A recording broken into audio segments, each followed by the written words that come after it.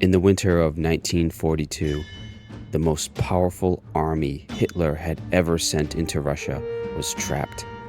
250,000 men, surrounded, freezing, starving, sealed inside a ring of snow they were forbidden to leave. They had marched in as conquerors. Most of them would never march out at all. This is the Battle of Stalingrad, by most counts, the bloodiest battle in human history. It started with oil. By the summer of 1942, Hitler had already failed to take Moscow, so he turned south, toward the oil fields that kept his war machine running. And in his way sat a long industrial city, strung for miles along the Volga River. Its name was Stalingrad, the city of Stalin. Once each dictator saw the other man's name on the map, neither could let it go. In August, German bombers turned the city to rubble in a single day. Then, the German Sixth Army, under General Friedrich Paulus, pushed in to finish the job. It looked easy. It was not, because the rubble fought back. The Soviet defenders, under General Vasily Trikov, did not retreat. They couldn't. Behind them was only the river.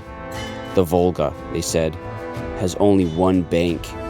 So they fought for every street, every factory, every floor of every building. The Germans had a word for it: Rattenkrieg, the War of the Rats. A single grain elevator held out for days.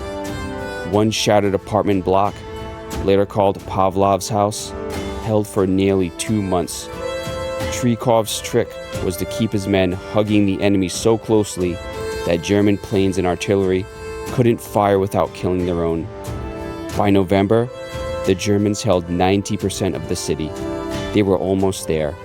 But the Soviets had been waiting. While the Germans bled themselves white in the city center, the long flanks out on the open steppe were not held by Germans at all. They were held by Hitler's tired, under-equipped allies: Romanians, Italians, Hungarians. On the 19th of November, the Red Army ignored the strong German center and smashed straight through those weak flanks. 2 huge pincers swept around the city, north and south. 4 days later, they snapped shut. 250,000 Axis soldiers were trapped inside a pocket the Germans gave a single, chilling name: the Kessel, the cauldron. Paulus begged to break out while he still could. Hitler refused. Hold to the last man, he ordered. Goering promised to supply the trapped army from the air, and delivered barely a fraction of what they needed. So they waited. In 30 degrees below zero, they ate the army's horses. A rescue force tried to punch through them and stalled in the snow, just miles short. Then, at the end of January 1943, it ended. Hitler promoted Paulus to field marshal and quietly reminded him that no German field marshal had ever surrendered alive. It was an invitation to shoot himself. Paulus surrendered anyway. About 91,000 frozen, starving prisoners were marched east into captivity. Barely 6,000 of them ever came home.